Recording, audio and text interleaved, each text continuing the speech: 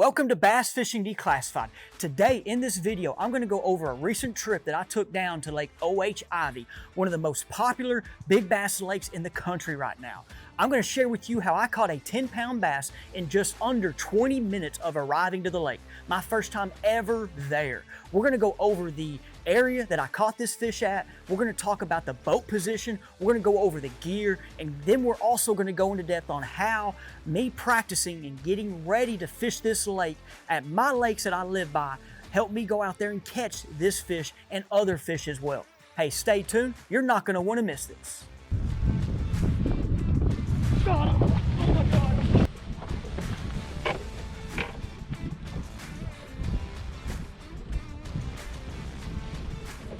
Yes! 10 minutes in. 10 minutes in. 10 minutes. Watched it. There she goes. Sweet. Sweet. She took off. So first, let's break down the area that I caught this fish at and talk about why I chose to fish this area. As we launched the boat at 11 o'clock that morning, as we got to the lake, some weather already moved into the lake. We had a cold front move in, rain, and there wasn't many anglers on the water. A lot of them actually left from the weekend, and that's one thing I noticed is that there was not many boats at the ramp, probably 20, which is not many for that lake. And as we launched the boat, we saw maybe one in just the distance of our eyes, one boat. And I right then was like, hey, let's stay away from all the boats. Let's not go out there and follow Josh Jones, as probably everybody was doing because Josh was on the water.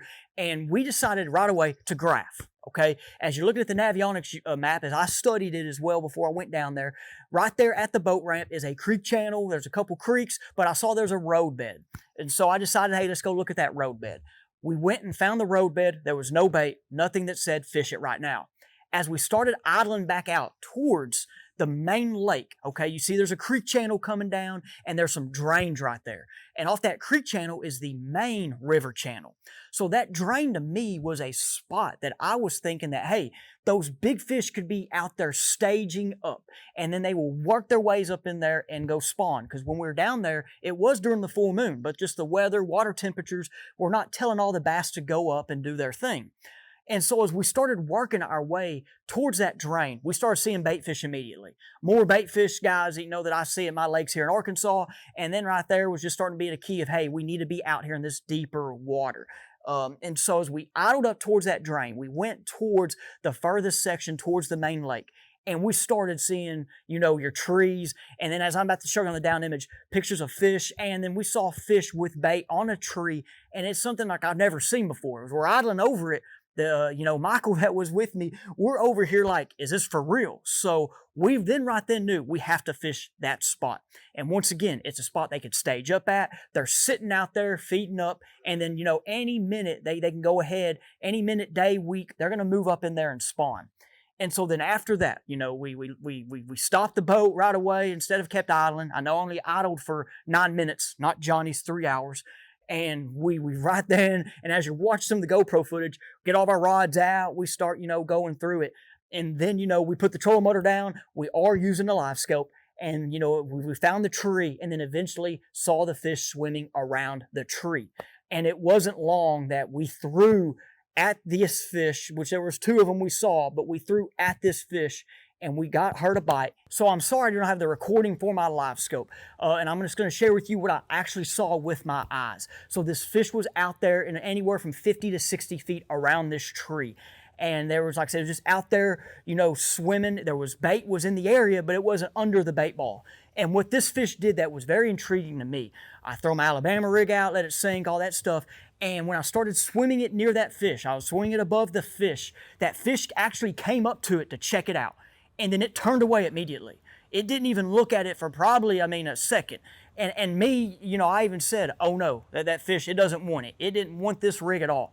And then guys, about, you know, 2 seconds later, after that fish turned and swam away, it stopped and came back after it, which is something pretty unique. You hear guys say, oh, they'll come up and look at the lure and, you know, after they turn away, they don't want it. Well, this fish turned away, And like I said, looked at it, turned away, and came back at it. And then as I'm over here talking, hey, here it comes, and it came up there and immediately hit that thing, and then it took us for the ride, and then we did get it in the boat. Okay, now guys, boat positioning here was very key. And once again, it was, as I told you, weather moved in, and weather actually was still out there. It was windy, cold, and that wind was blowing in on this point. And so one thing when you're chasing these fish and going after them and even fishing spots, you like for us, for example, we had to throw in the wind. If you get the wind behind you and you're trying to live scope and look at fish, you're going to move on top of them. And I know we were in deeper water, and some people will say that trolling motor does not affect the fish, but still, me knowing this lake, it's a very popular lake, as you guys know, and everybody's out there trying to live scope fish, I'm trying to be as sneaky as I can.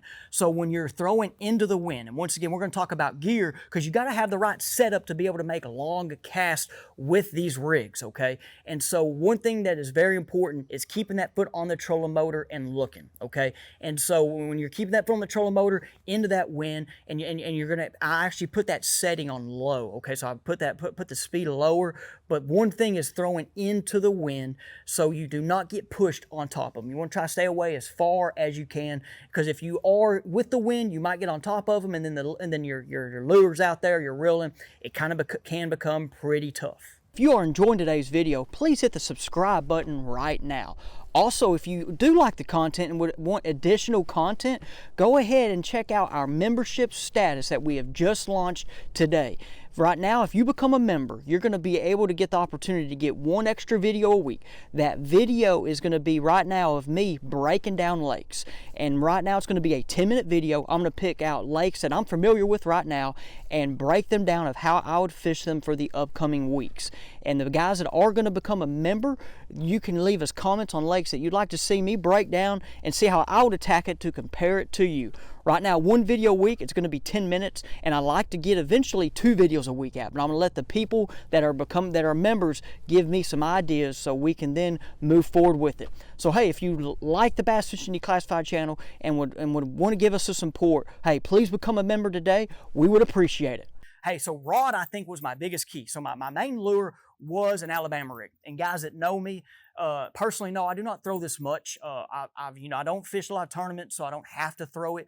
But I always just thought personally, if Jacob Wheeler cannot throw it in his tournaments, Kevin Van Dam, you name it, any of them professionals cannot throw it, then I should not either. So I just don't throw it much. I threw it a lot when it came out. So just so you guys know, I'm just, I'm going to be throwing it more some here and there lately. But I did have to throw it in the last 3 weeks to get prepared for down there, because I knew that those fish eat it, and I knew if I'm going to go try to catch a trophy, there's a chance I have to have it on my deck. So rods, I think, one of the biggest keys with it. There's a lot of Alabama rig rods, special rods. If you have one, that's great, and if you throw it a lot, you need one. But since I do not, guys, I have a rod that can fish both the Alabama rig and other stuff I fish. So this is the Denali Attack Series, okay? It's a 710 extra heavy rod, and this rod is my punching rod. And it's also my Alabama rig rod. And man, it does great for casting. I actually, throughout this trip, used some other rods and from other people, and I really like this one better. I mean, it has a good tip. I could cast this dude far, 100 feet at times, and so it was really, really key to have a rod. Now, my Alabama rig, okay, the one I have on right now is one I used. The one I used to catch that fish was the Yum Flash Mob Junior, okay? So I have one right here. I lost that one actually later that day. I didn't lose the swim baits though. I got the swim baits right here. But this one here, this Alabama rig I was using that I was using throughout the trip is the and I caught fish with this one, is a Shane Baits. It's an 8-blade one, okay? So this Flash Mob Junior is a 4-blade. This guy is an 8-blade, okay, 8-blade Alabama rig, all right? And so I was testing out the 8 blades and the 4. I couldn't really tell a difference. Somebody might tell you that the blades might matter, and I understand it. There's times it probably does. There's probably a science, calculus problem behind it when you need more blades. My swim baits, okay, I used a lot of swim baits throughout the trip. I used this right here that's on here is the Yum Scottsboro swim baits, okay? And I really like the Yum Scottsboro swim baits. And actually this is their sexy shad color right here. This is the one that fish ate. I want to see if you can even see them teeth marks, okay? You might be able to see them teeth marks right there. That's actually the one it ate. I didn't take these off right away to save them. I actually changed out swim baits on another school of fish we found to see if I can get them to bite. So that's one thing I did was if we found a school and I couldn't get them to bite, we would try to change it up and see if it was a swim bait, a color. So I used Context throughout the trip, the 6 cents swim bait, the Divine swim bait. We used it as well. We used different sizes. For some reason, the 3.5 inch was probably the one that had the most fish. I threw some 4s, biggers. I know there's some guys that will put one big one on there as well. So like I said, you know, I didn't really find out that size was a big factor, even though there are giant bait in that lake, giant gizzard shads in that lake. You have your threadfin shad as well. You mean, like I said, so it has a good forage population. Swim bait heads, okay? So the swim bait head that I did use to, when I caught that giant fish, was this, it's a custom tackle company here out of the area. I live in Nashville, Arkansas. So his swim bait heads, like I said, I caught the fish and caught a lot of other fish down there. Hooks never bent, did good. But then the other hooks I used as well, because I only had one package of those and lost them, was this 6 cents Divine swim bait, 1/8 ounce, 3/0 hook. These are good as well. So and that's what I have on right here. Okay, so now one thing you see real quick before I go into the line in my reel, you notice like I have this one dyed. I did a red dye right there on the tail and the head. On this one right here, I have a red tail dye. Like I said, you see it right here, and you might even saw it in that fish catch. I was dyeing just to see, okay? Like that's something you don't hear about. That's just the garlic dye, and I was just testing it out. One of my lakes here in town, I dyed them, and it was all of a sudden I was getting a lot of more bites. So I'll go into the practice here in a minute. Line, okay? That's one thing I will change if I fish that lake again. And like I said, I caught fish with it, but just after getting down there and seeing the water clarity and how deep I was fishing, I was using Sunline Supernatural monofilament 25-pound line, okay? I like the mono line when I'm fishing these because typically I'll fish like 30 foot's the deepest, right? Or I can fish it deeper, as you guys saw. But I like that mono just to keep it up a little bit. But if I went back and fishing 40 to 60 foot, I need to go fluorocarbon.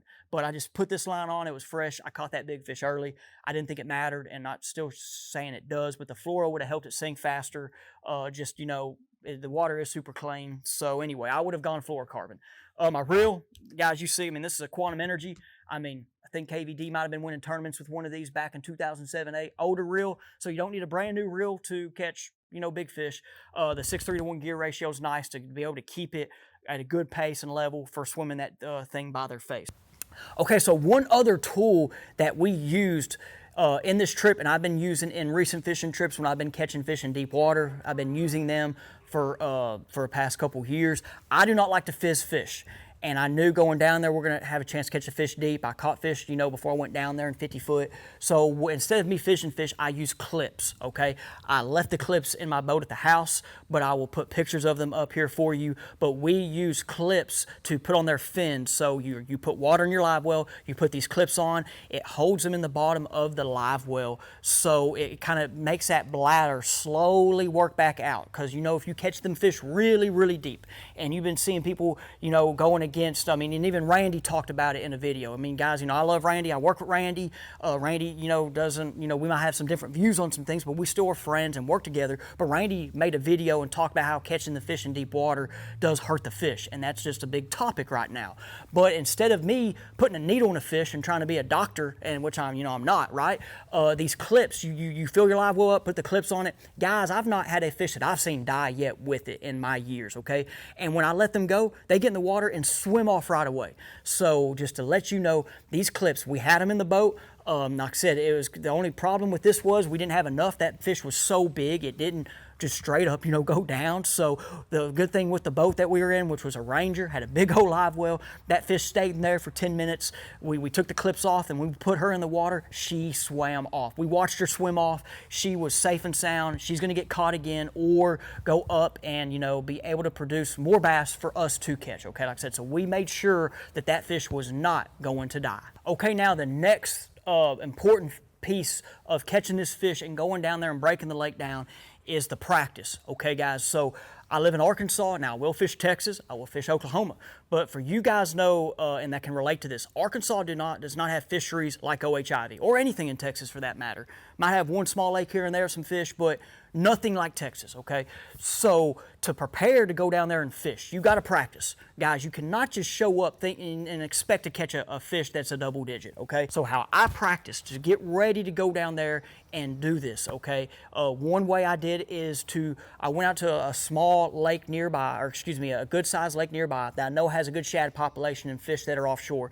And guys, I graphed for fish using Johnny Schultz from Fish the Moment methods, just going out there graphing from fish. You know, my graph is dialed in because of his sonar settings, okay? So, and once again, that's a big part of it too. So I graphed looking for bait, and I wanted to find deep bait. And so in this lake, I found bait 40 to 50 foot, and then I would put the live scope down, look for fish, or I would find the fish on my 2D and then fish for them. And so when I did this, now this lake that I would practice on doesn't have many big fish. I caught one trip, I caught a lot of fish under 2 pounds. Now I did, and I'm going to show you the Garmin live scope here.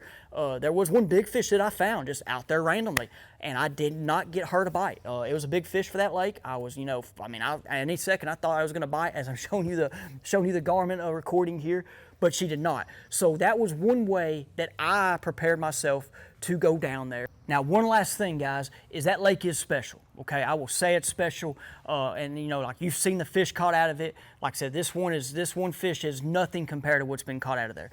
Even today when I'm filming this, there's been a 17-pound bass caught out of there.